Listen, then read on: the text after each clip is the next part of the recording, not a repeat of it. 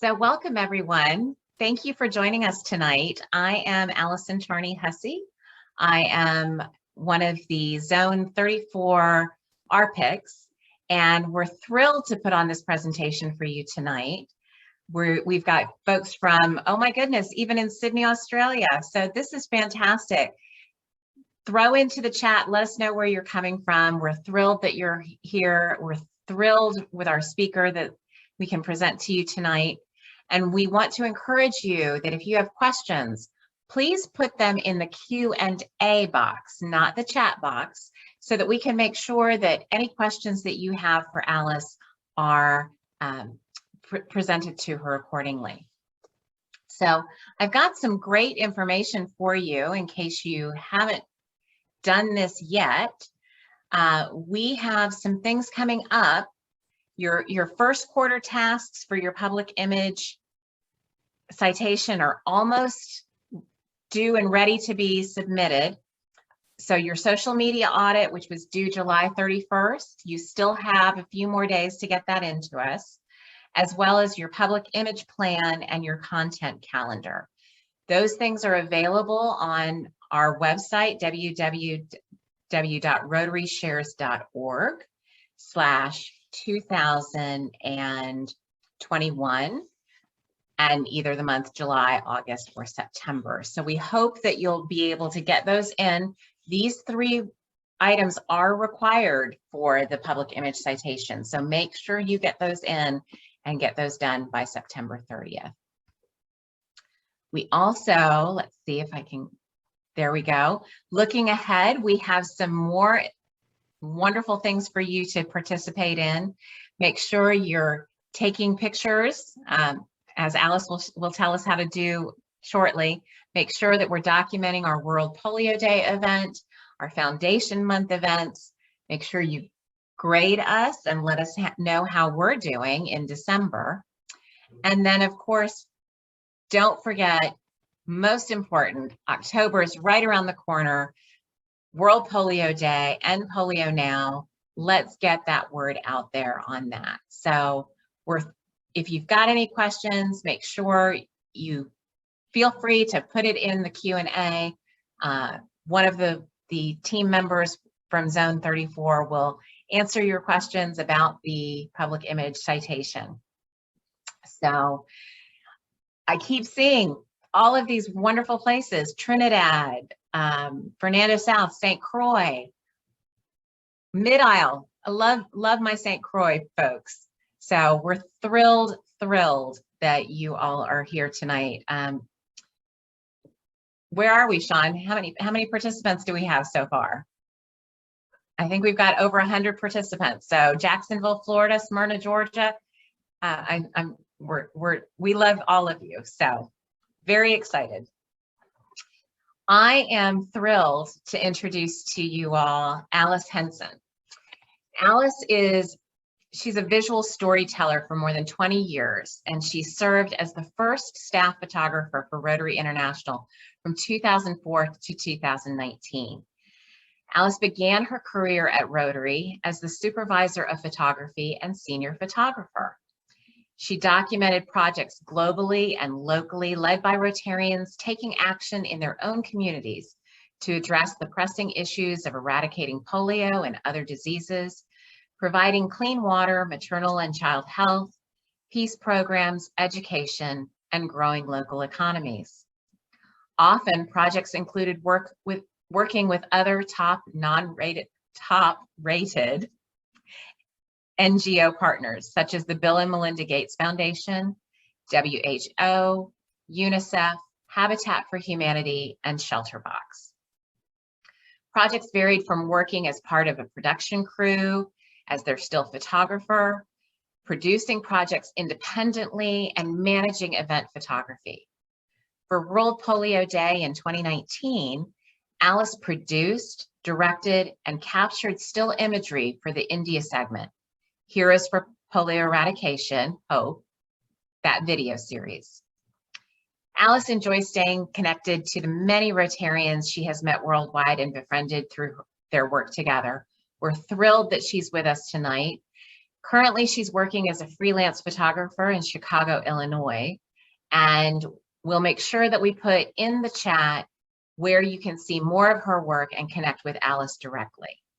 But we're so overwhelmed, and I know you all are going to just be blown away by this rock star woman, and I can't wait for us all to see her presentation. So thank you, Alyce, for joining us.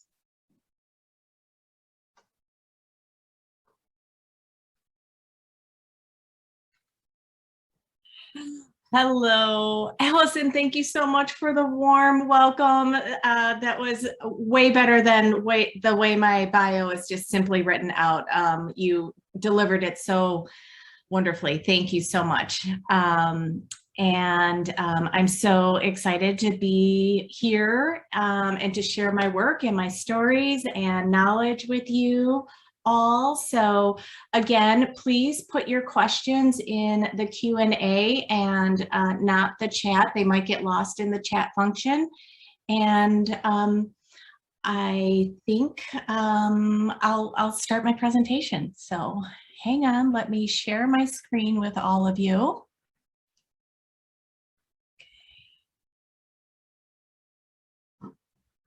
Okay, takes just a moment to connect. All right.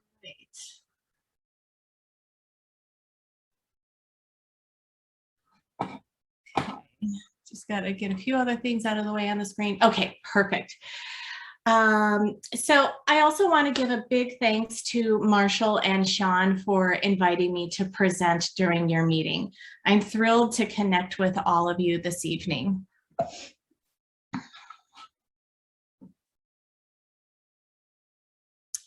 And greetings to Rotarians and guests. I hope everyone is staying healthy and safe. I'm super excited to share my images and stories this evening.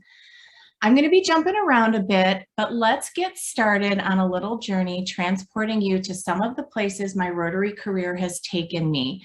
I'll share with you some of the wonderful Rotarians and beneficiaries I've met and break down ways to take better photos for your club.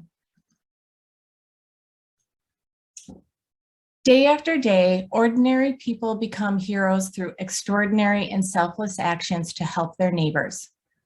I believe this quote exemplifies the nature of Rotarians.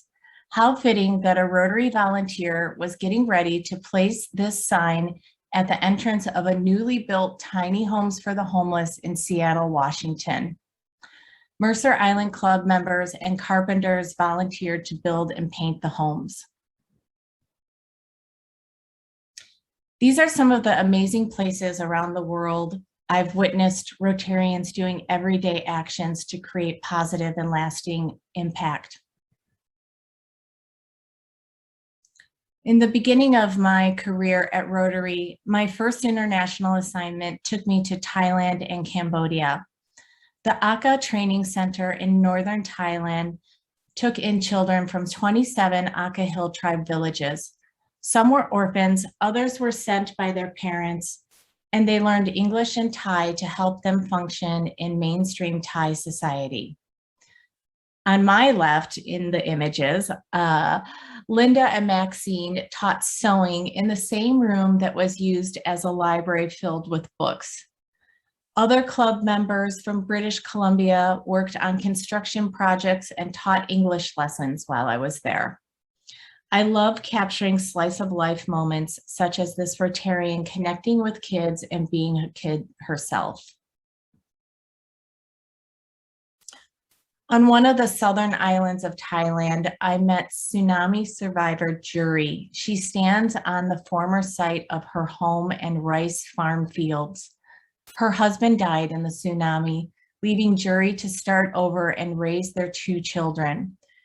Rotarians and local volunteers help build new homes for survivors like Jury.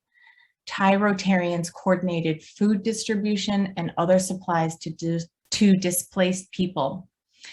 This was 6 weeks after the Indian Ocean earthquake and tsunami in 2004. In Cambodia, I met landmine survivors. Many were going through rehabilitation or being fitted for new prosthetics. Ofana and her husband Peach met at the center. Ofana stepped on a landmine while collecting firewood, and Peach was a soldier when he stepped on a landmine in 1998. I've covered multiple projects in Africa. I spent time documenting young women learning the traditional art of batiking.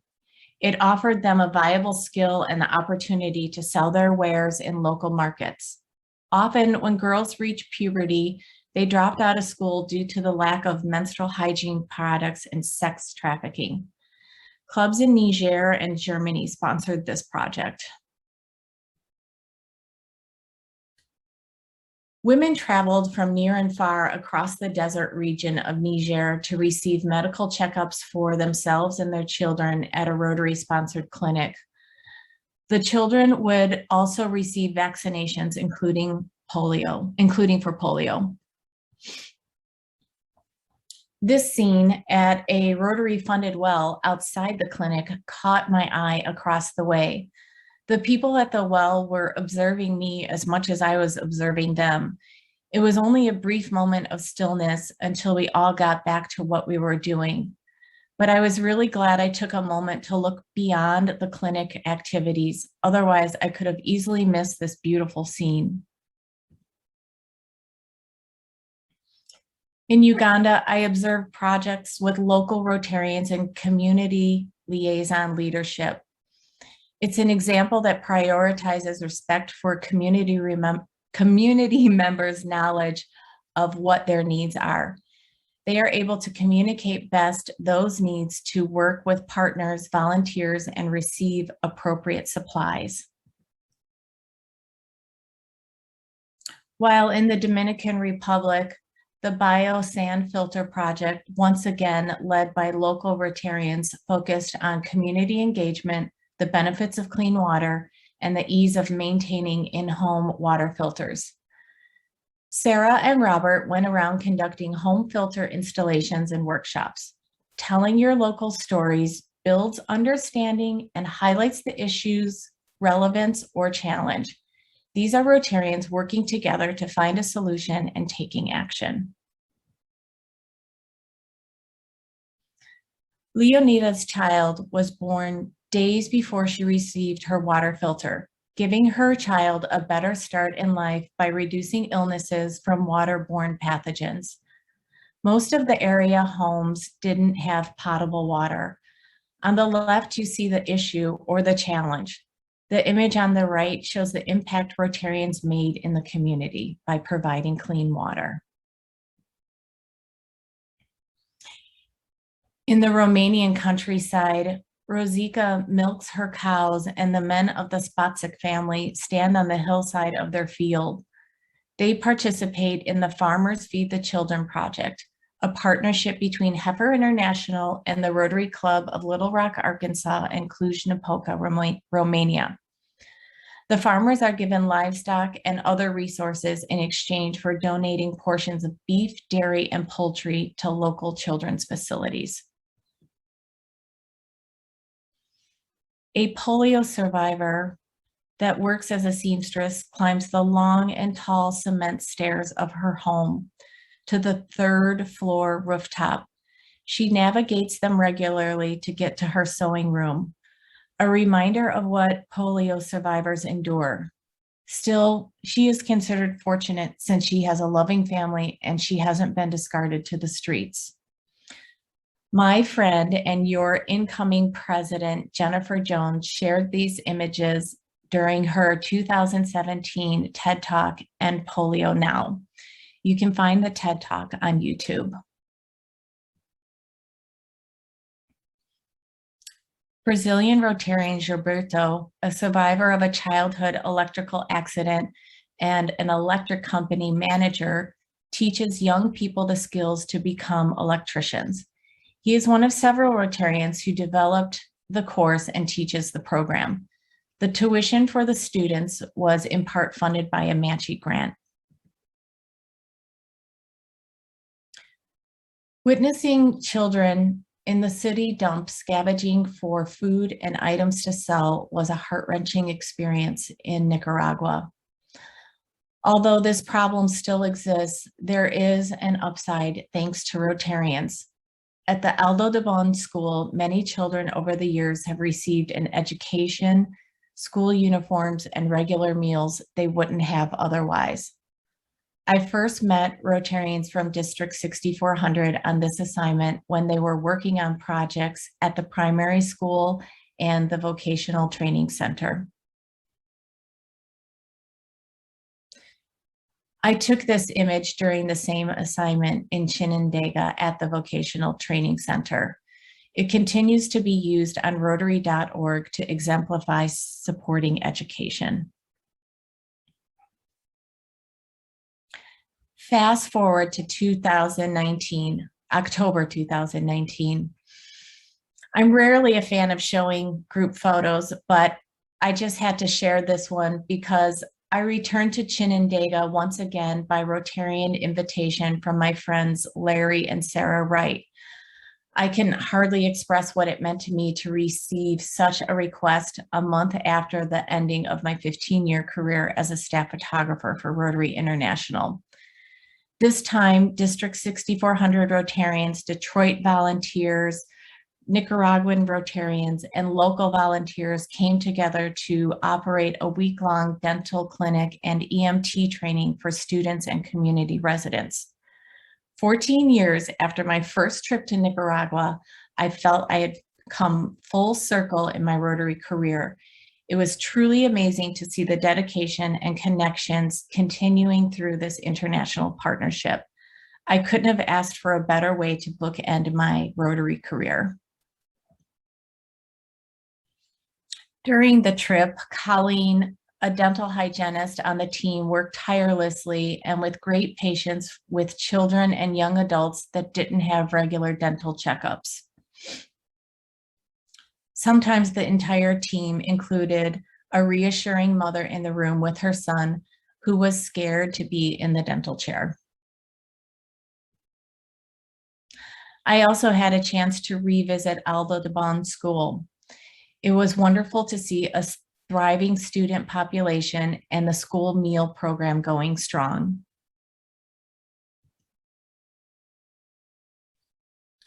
My US-based projects have taken me to places like Gainesville, Missouri to cover a mobile food pantry project. Shauna, on the right, a young mother that was kind enough to let me follow her through the pantry line during a vulnerable time in her life. The project supports rural communities, rural counties in Southwest Missouri and Northern Arkansas, where many lack access to grocery stores or food banks. When floods devastated Cedar Rapids, Iowa, even Rotarians were affected, and some, like Serena Ward, lost their homes. Rotarians are so used to helping others during their time of need. It can be a challenging turn of event for those normally in service to others. Ultimately, Serena was super grateful for her Rotary network and support.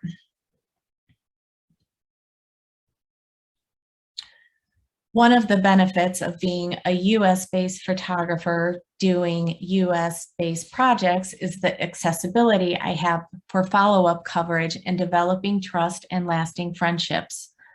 A Seattle-based club project, initially known as Rotary First Harvest, evolved into its own entity, Harvest Against Hunger. It illustrates the power of a club-generated idea that finds a solution to a community need.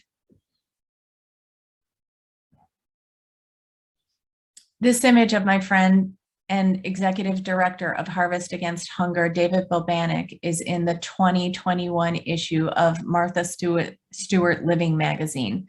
The story highlights the tremendous success they are having in reducing food waste by gleaning produce from local organic farms and distributing it at Seattle food banks.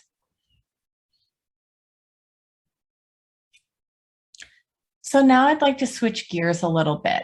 That's a little bit about me and my journey, and you'll still continue to hear more.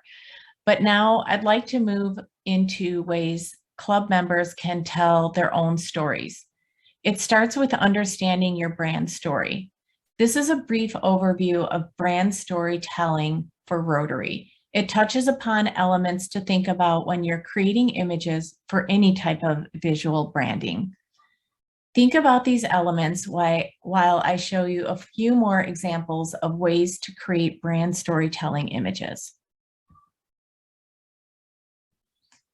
Photos like these are often used in a variety of Rotary print and digital publications.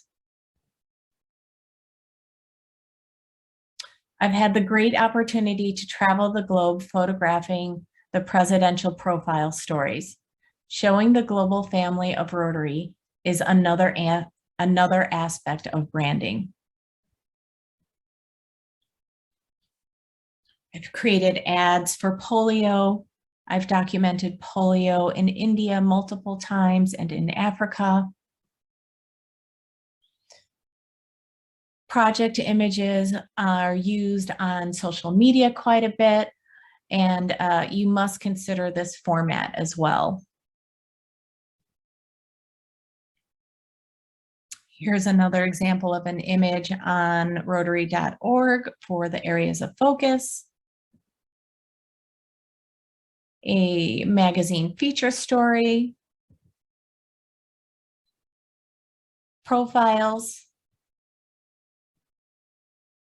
And of course, the PSA campaign for This Close.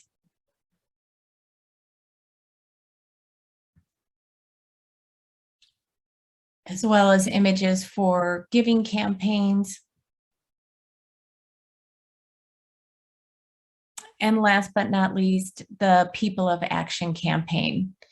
These ads were created from real projects I documented. Each visual narrative supports the headline and the verb. Fight Hunger shows Rotarians passing out fresh produce. Transform shows Rotarians cleaning and painting a building facade. And Connect shows two Rotarians engaging with one another while passing a seedling to be planted on a restoration project. You may notice the headline graphic, "Together we," and the verb are in the center of the image. This can be challenging when you're taking photos. Most people are used to putting the main subject or the action in the center of the photo. We'll assess this point and others in some of the following slides.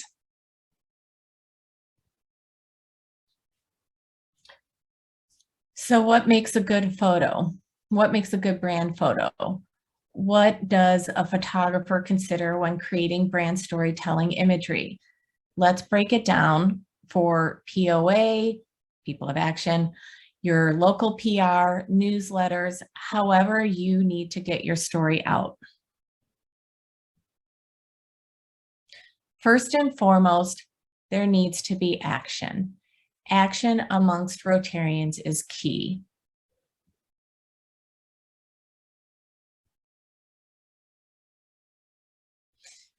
This photo has the elements of action, connection, and teamwork. Posed group photos, handshaking shots, ribbon cutting, groundbreaking ceremonies, or holding up a giant check is not what is at the heart and soul of a brand. Those type of images have value and make nice memento images to share in a newsletter on Facebook feeds, but not really convey your brand to the world. Recognize the mood and tone of that your subjects are expressing.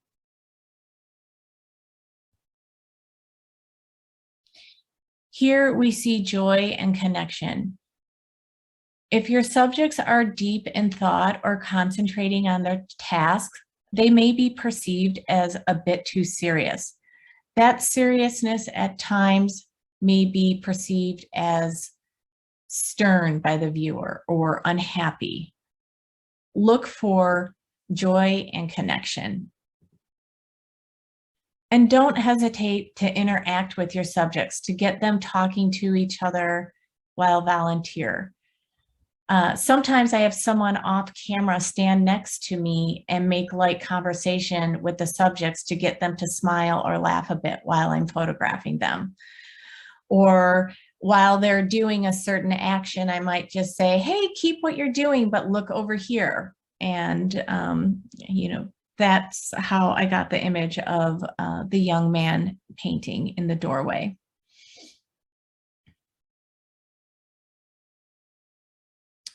And your composition is really important. Here are some tips. And create clean compositions. Remember to shoot from a variety of angles. Environmental portraits, they should be storytelling too. The center image, you clearly see the person's action. I directed her a little bit, but I photographed her from below looking up. It's especially hard when people are doing some sort of work, they're often looking down. So you have to find a way to not have a shot of the top of someone's head. The image on the right, I am cautious with photographing a downward perspective of a person. I don't want to photograph this angle if it appears to diminish a person. Representing people fairly and accurately is important to me. And get in close, whether you move in physically close or use a telephoto lens, it helps the viewer feel like they are a part of the scene, possibly giving more understanding or empathy towards the person. Leaving extra space around the main image works great for text on images. Take images that are horizontal and vertical orientation in order to maximize your options for creating ads, newsletters, and your social media content.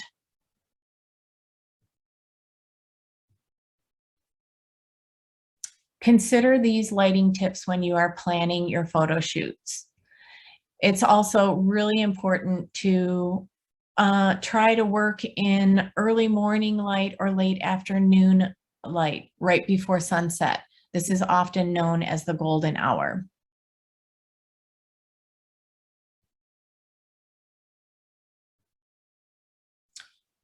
Here are ways I like to work with natural light. Early morning light, using a doorway, school hallways and hospital rooms with big windows. If your event is indoors, set up in an area that's near a big window, like an atrium or a lobby space. If the event is outdoors, try to schedule it earlier in the morning, as I mentioned before, or later in the afternoon. You'll have a higher chance of working with warm, soft lighting.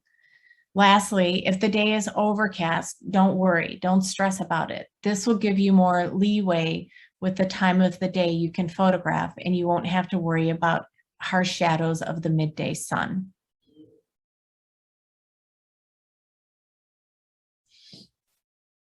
Most important, have fun. I hope you have fun creating your club's visual stories.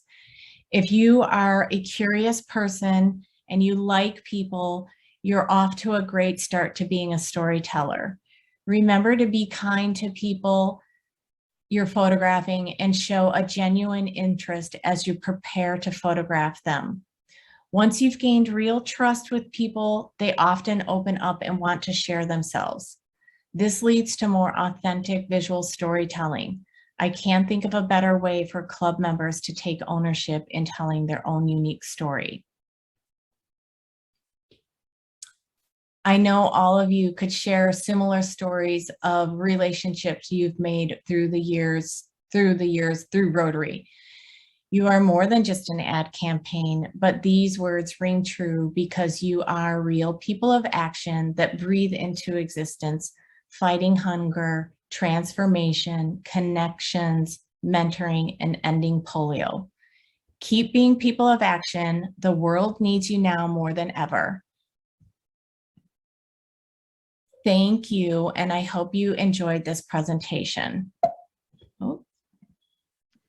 Alyce, we've got some fantastic questions for you. And first of all, I'm just blown away. I just want to show 2 more slides here. That's okay. I will stop sharing when I'm done, but I just wanted to give my contact information. Here's my email, my website, and my Instagram feed. And lastly, for more resources and current guidelines for creating content for your clubs, contact the Brand Center at brandcenter.rotary.org. And that is officially it. I will stop sharing. And I will bring myself back on the screen. All of these, so many buttons to push.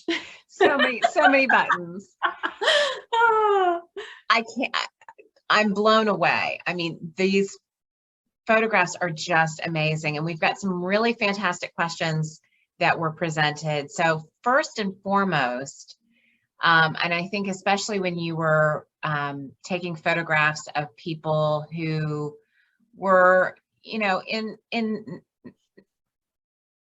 less than desirable situations. The question is, how do you balance effective storytelling while being respectful to representing these people with dignity? You know, sometimes I think people feel like we rob people of their dignity when we're taking pictures of them if they're in a challenging situation. And how do we reconcile that as image takers? That is such a big and important question. And I feel like I'm constantly trying to reconcile that and making sure I'm doing the best I can in the moment of any given situation to represent people fairly. And I think one of the unique aspects of working with Rotary is, as a photographer, I've always had a connection or a lead to people in the community because Rotary Club members are working on a project with beneficiaries. For example, that woman in Aguas Negras, the community in the Dominican Republic, I didn't go knock on her door by myself and barge in and start taking pictures.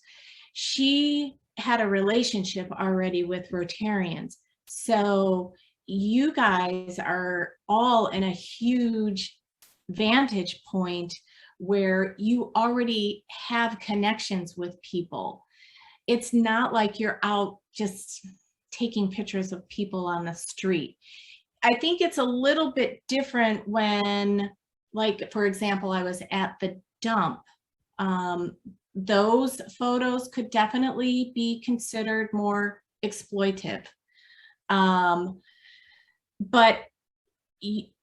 I'm trying to still take those with respect. I have photos that will probably never see the day of light, but like that little girl, her back is to the viewers and you're seeing more of the scene of what she's dealing with than me like showing a picture of, oh, look at this poor little dirty girl and it's a close-up of her face or something like that. So I in a way, I think that image is more impactful, but than just a close-up of, you know, a child in a very impoverished situation.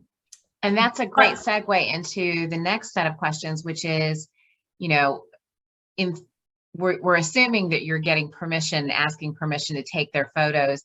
Do you get talent release forms? You know, the lawyer in me is like, did we get a waiver? And are there policies and guidelines that you have around taking photographs of children? Oh, yes. Absolutely, absolutely.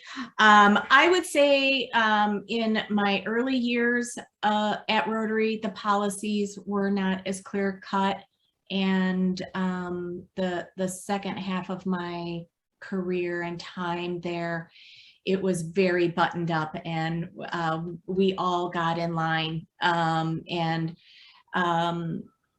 So with, first of all, back to just simply asking permission. There's a lot of steps that you may take with either first, like with your local Rotarian contacts, finding people that are a good fit to work with, or simply asking a subject directly, like that woman, Shauna in Missouri. I told her what I was doing there, and she allowed myself and the film crew to document her through the process of the food line. And if someone says no, then they say no. You just have to move on. I never push people to be photographed, especially in those circumstances. Nothing about it feels right. But yes, release forms, absolutely. And if so, we have adult releases and releases that parents have to sign for minors. Rotary, and this isn't for Rotarians to use, but at Rotary International, they have releases in almost every language that you can imagine. And if we're going to a new location, a new release is going to be translated. There are certain situations where we've worked with thumbprints where people are illiterate. And we also would take Polaroid photos, or there's more sophisticated ways now, but we would take Polaroid photos and attach them to the release forms. So you are really matching up the people with the releases in case there's ever some sort of situation that comes up in the future.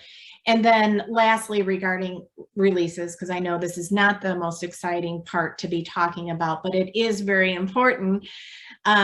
If you're working at a school, find out ahead of time if the parents have signed releases for the children at the beginning of the school year. There's usually a media release form that parents sign, and you can also put up filming signs in an area that you are documenting an event. In the case of not being able to get releases. So that's the boring legal stuff, but very important. Oh, and one more thing about that. I will say, if you're going to submit photos to Rotary International for a magazine story, a contest, social media, the last I know of the situation is that you need to provide a release for those images as well, because the ownership is on you for having that proof. All right. Thanks, Alyce. So moving on, I think the next question is, we're assuming you're using something more than your phone. I'm sure your equipment is much more high tech than what a lot of us are using. Can you elaborate on what you utilize? Are you using digital? Are you doing any digital storytelling? And then do you have any tips for us that might just whip out that old smartphone when we need a picture? Yeah, don't hesitate to use your smartphone. I mean, the smartphones in the last couple of years have incredible capabilities. Sometimes, you know, if I'm working with a team of people and someone's doing social media and they take a picture with their phone, I'm like, oh my God, that photo's better than mine. And don't feel limited by the equipment that you have. There's a a saying by a famous photographer who I cannot remember at the moment, but like the best camera that you have is the camera that you have in your hand, essentially. So I think it's more about less about the tool and more about what you're capturing.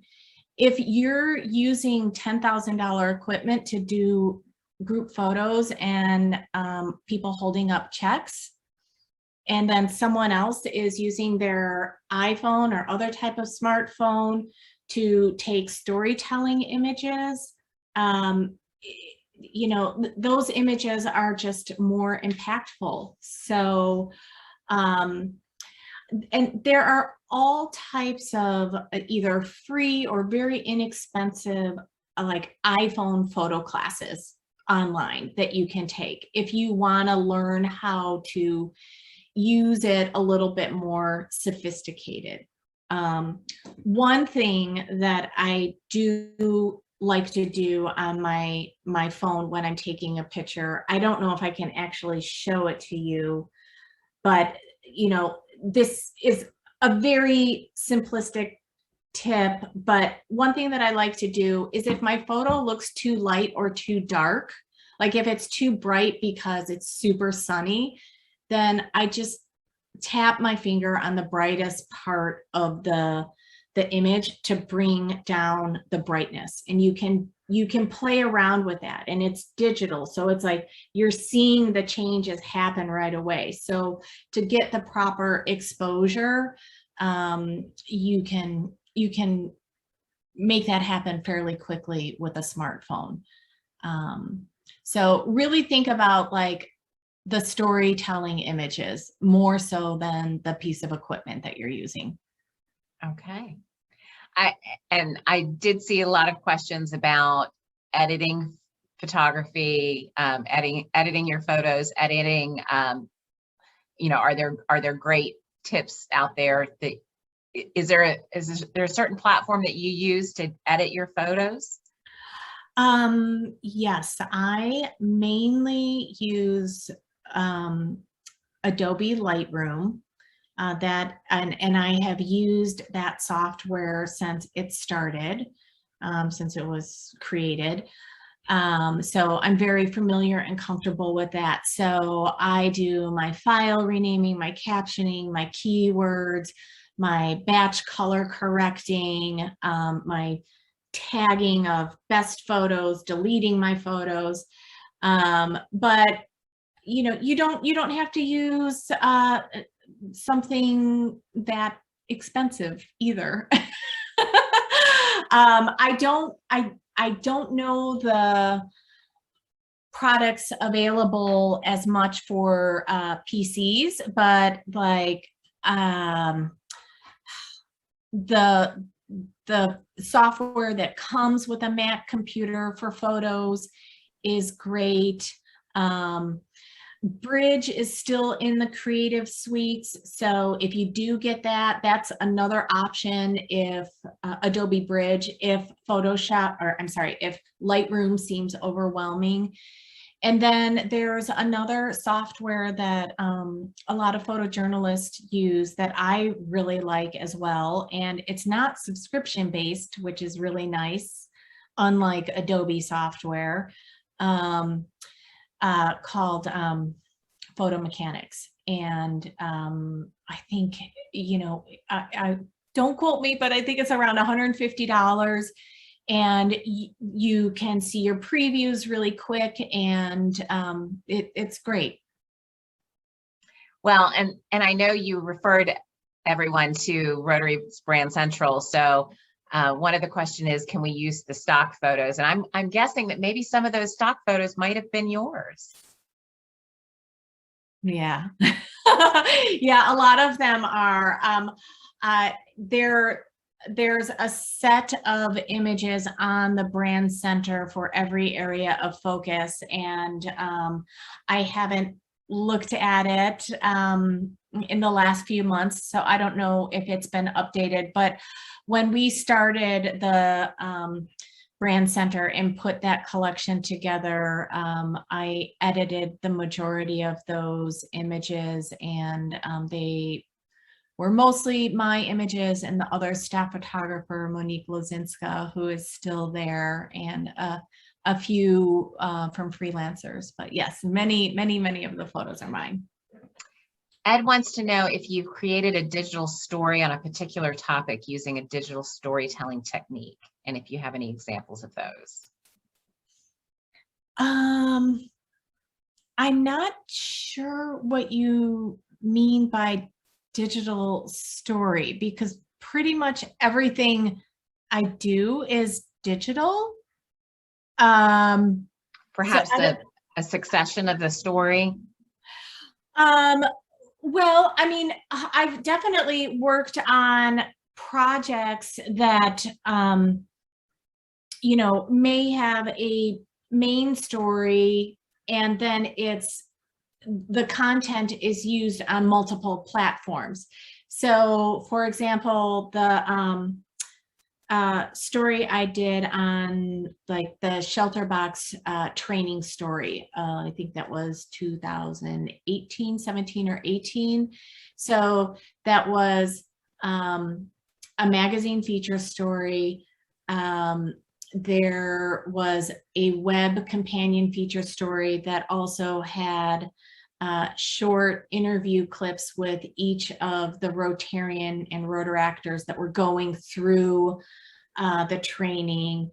And then also between the photography and the video and the audio that I created, the social media team was able to put together short little pieces, whether it was a single image with a photo quote, with a quote on it, on the photo, or like a little video with moving quotes on it. So I feel like the possibilities are endless. And one thing that became apparent to me, even in my early years at Rotary, was that I was never photographing something for a single purpose. Like, I always had to be looking at a situation like, oh, this isn't just a magazine story. These images could also be used for the annual report this year, or you know, it could be on the screen at the International Assembly when someone is talking about polio or clean water. Or so, you know, I'm always thinking of different ways that the content can be used. Got it. We all know that with COVID, one of the challenges has been capturing emotions, capturing people's expressions, because their face is covered behind a mask. Do you have any tips other than what you've shared to help us be more creative with our mask wearing subjects? Oh my gosh, it's so hard for me not to be sarcastic right now. Everybody get vaccinated and end this pandemic, and then we can all go back to taking our masks off and smiling. But until then, I feel your pain. It's very challenging. Like, I mean, you could tell people to smile with their eyes. You know, if you are in a situation where you can ask people if they feel comfortable taking their masks off around each other, if they, I sometimes say, have you guys been vaccinated? Do you feel comfortable doing what you're doing without your masks on? Now, if it's a medical situation where where it would be wrong to display them without masks on, I would not ask that of people. So it's a case by case basis. Right. Yeah, we're in a period. We're getting there. Yeah, we're getting there, but we're in a period of time where. Rosalie wants to know what lenses you use. Well, I would say my three main lenses are a 70-200 telephoto zoom lens, a 16-35, and a 50 millimeter 1.2 because I love doing shallow depth of field portraits with that. But a really good lens is a 24-70 as well. If you can just have one lens and you want to zoom, it's not going to give you the distance as a 70-200 would, but you can do a lot with it. It just means that you have to move a lot more than depending on your lens. And I use Canon and Sony gear primarily. Okay. Let's see. You seem to have the perfect gender, race, ethnicity balance. Do you consider these things when taking photos? Yes, I do, absolutely. You know, it's not always possible. If it doesn't exist within a club or a situation, I can't make it up. But for instance, like when I've worked in Asian cultures, like in Japan or Korea, the clubs are pretty much Japanese or Korean. It's not multicultural. So the best I can do is, you know, work with, incorporate men and women, incorporate men, women, and younger Rotarians or Rotaractors, you know, because it's also representing what's there. But in some places, in the United States, in Australia, in Canada, getting that multicultural look is a little bit easier, but sometimes I still have to work for it. You know, I'm you know, asking these questions up front. What's the makeup of your club? What's it look like? Oh, it's only men, or oh, you're not that it's only men, but more like, okay, well, we have these 5 guys that are gonna come to this event or whatever. And I'm like, well, where's the women? Where are the young people? Are there people of color in the club? And I don't think that people are necessarily doing that in any sort of malice, or like, it's just like, here's who's available, or we're not thinking about that.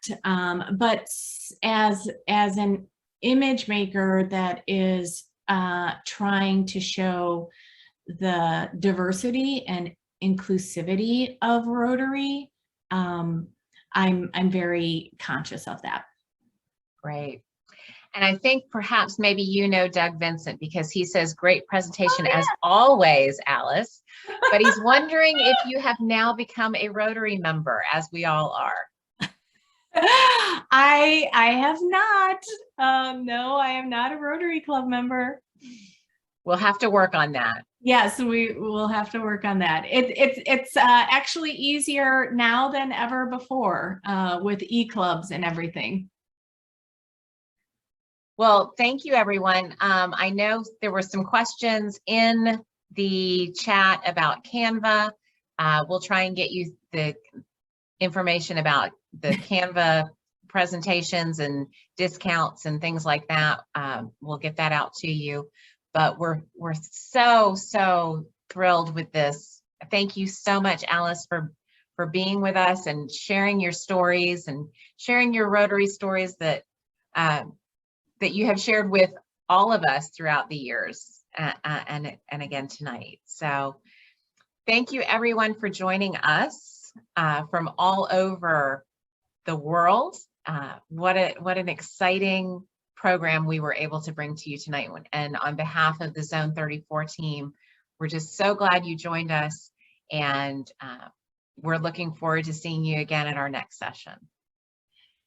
And Thank you so much, Allison. You've been a wonderful host and moderator. I'm so glad I got to meet you. And again, a big thanks to Sean and Marshall. And you guys should have my contact information. So if you have follow-up questions, feel free to reach out to me. I would love to hear from you, and keep me in mind for doing your Rotary stories as well. I'm happy to help out.